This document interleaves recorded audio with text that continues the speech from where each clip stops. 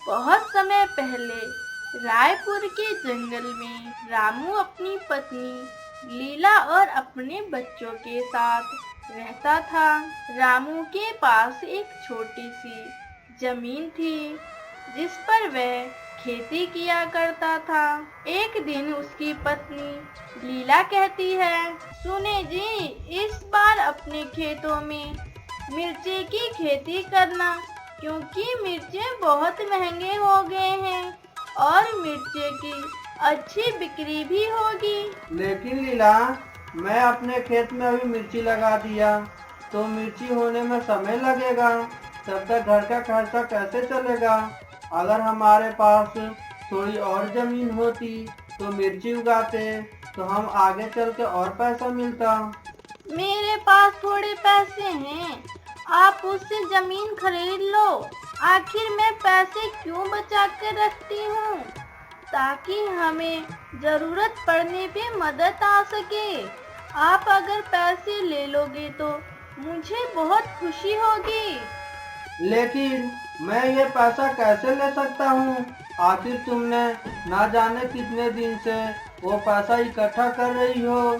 जाने दो लीला, जिस तरह से मैं खेती करता था मैं वैसे ही करूँगा। कब तक ऐसे चलेगा जी? उधर जमींदार का भी ब्याज का कर्जा बढ़ता जा रहा है।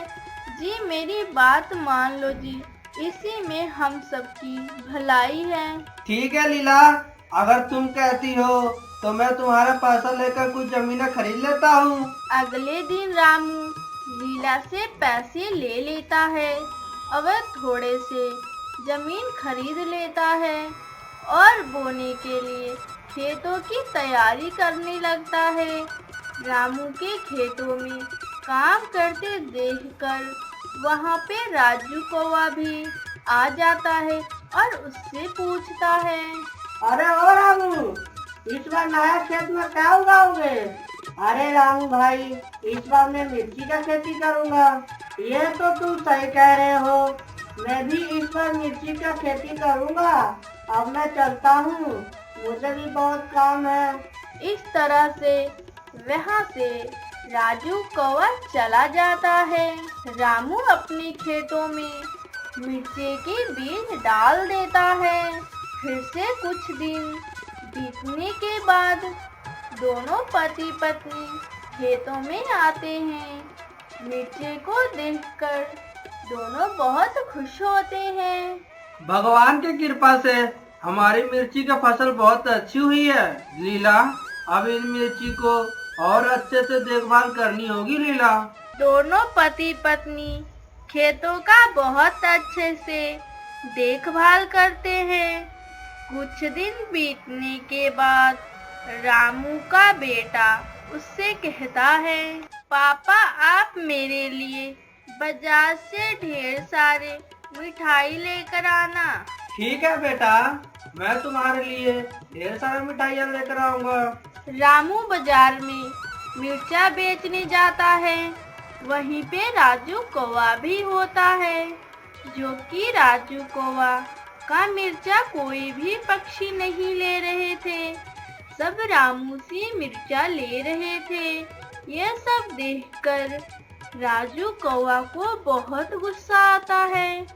फिर वह बदला लेने के लिए रामू के खेतों में जहरीली दवाइयों का छिड़काव कर देता है।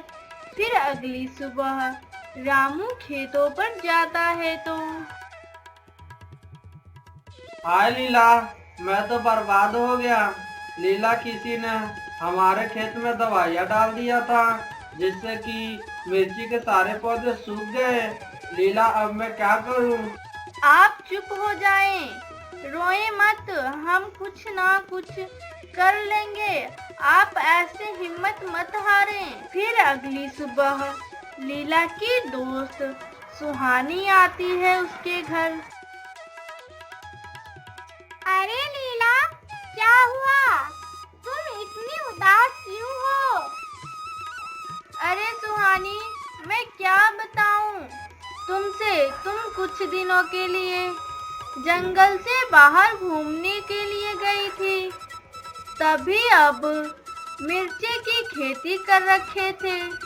ना जाने किसी ने उसमें जहरीली दवाइयाँ डाल दी थी, जिससे कि सारे पौधे जल गए हैं। हाँ नीला, ये लो, ये जादुई मिर्ची की बीज है। यह मुझे जंगल के एक बाबा ने दिया था।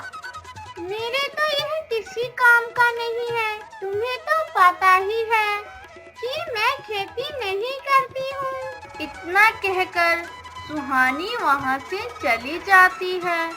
फिर वह दोनों पति पत्नी मिलकर उन मिर्चे के बीजों को बिखेर देते हैं खेतों में। अगले दिन वह दोनों खेतों पर जाते हैं तो उनकी खुशी का कोई ठिकाना ही नहीं रहता है। उनके खेतों में ढेर सारे मिर्चे उग आते हैं। दोनों मिर्चे को तोड़ते हैं। अब रामू बाजार में मिर्चे को बेचने जाता है तो सारे ग्राहक रामू से ही मिर्चे खरीदते हैं। फिर रामू अपने परिवार के साथ खुशी खुशी जीवन बिताने लगता है। अगर आपको मेरी वीडियो पसंद आई हो तो प्लीज़ मेरे चैनल को लाइक सब्सक्राइब जरूर से कीजिए।